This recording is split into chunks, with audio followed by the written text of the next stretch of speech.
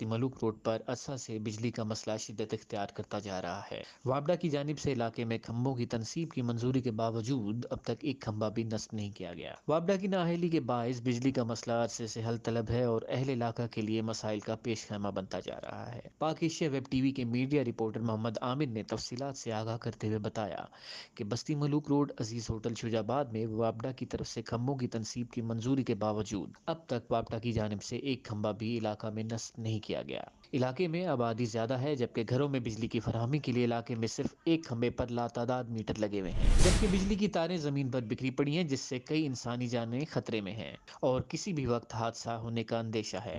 अहले इलाका का इस जमन में कहना है कि इलाका से वोट लेकर अवामी खिदमत के लिए मुंतखब होने वाले MPA और MNA भी इस मसले की तरफ तवज्जो नहीं दे रहे। अहले इलाका ने पाक एशिया वेब टीवी चैनल की तवज्जो से वजीर आला पंजाब से वाक़े का फौरी नोटिस लेने का मुतालबा किया है।